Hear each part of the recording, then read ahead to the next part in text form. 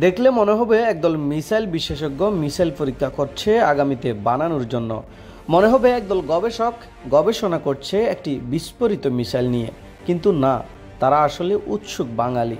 কাতারে সম্প্রতি ইরান থেকে ছোড়া মিসাইল হামলার ঘটনায় যখন পুরো দেশ চরম আতঙ্কে, তখন দেশি বিদেশি নাগরিকরা নিচে বাংকারে আশ্রয় নিচ্ছিলেন নিরাপত্তার স্বার্থে।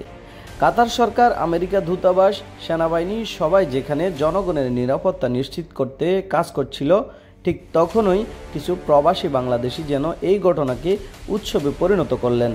এদের কেউ কেউ বাসার ছাদে উঠে মিসাইলের দৃশ্য দেখছিলেন, কেউ ভিডিও করছিলেন, কেউ আবার লাইভে এসে সামাজিক যোগাযোগ মাধ্যমে প্রচার করছিলেন।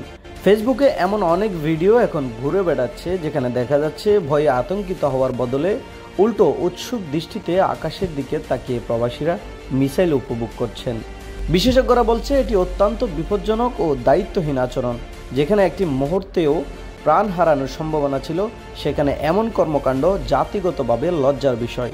কেউ কেউ বলছেন দেখলে মনে হয় তারা মিসাইল বিশেষজ্ঞ, গবেষণায় ব্যস্ত। বাস্তবতা হলো এটি কোনো বিনোদনের বিষয় নয়, এটি যুদ্ধকালীন সময়ের বিপজ্জনক মুহূর্ত।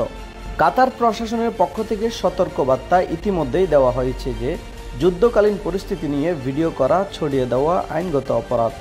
ভবিষ্যতে যারা এমন কাজ করবে তাদের বিরুদ্ধে কঠোর ব্যবস্থা নেওয়া হবে বলেও জানিয়েছে নিরাপত্তা বিভাগ।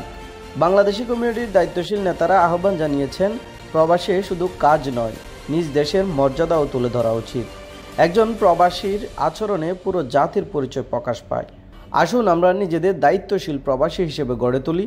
বিপদের সময় মজা নয়, সচেতন ও নিরাপত্তাই হোক প্রথম অগ্রাধিকার। তহিদুল ইসলাম সোহাগ, আরব বাংলা নিউজ।